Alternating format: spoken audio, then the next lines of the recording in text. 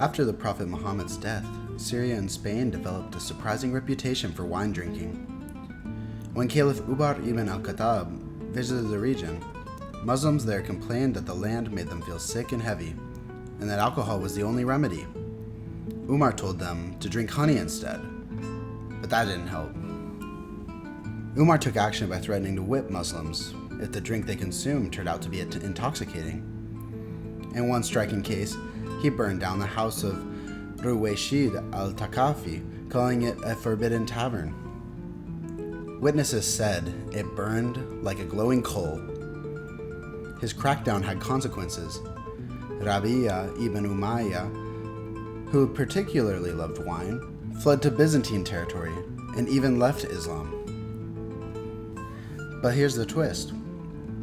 When ʿUmar himself was stabbed in Medina, reports say he was given nabīdh, an intoxicating drink, as he lay dying. Jack Tannous, who is one of the sources for this video, is quoted writing, "By comparison, any reader of the letters of Paul will know that proximity to the life of Jesus did not mean that his earliest followers always behaved in ways that made their communal leaders happy. Why should we think that early Muslims were somehow incapable of acting in the same ways as later Muslims?" This happens in later medieval Spain too. Joseph O'Callaghan writes that the popularity of wine was attested in the partidas, which noted that men love it very much. The Muslims too retained a fondness for wine that had distinguished their ancestors. Ibn al-Khatīb related the tale of a man who on his deathbed called to God to ensure him of a goodly supply of the wines of Malaga in Islamic paradise. As well, Thomas Glick writes about Muslim Spain.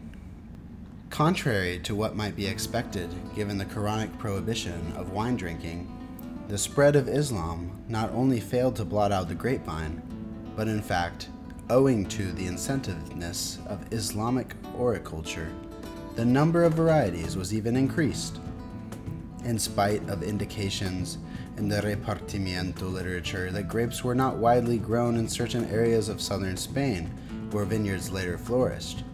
Sevilla, for example, the Arabic sources indicate that grape growing and even wine production were widespread.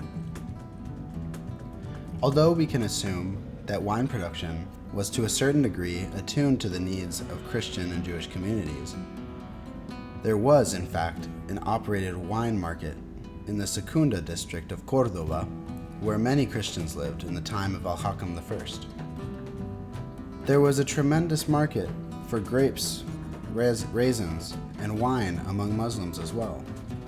This is the result of Iraqi, not Christian, influence.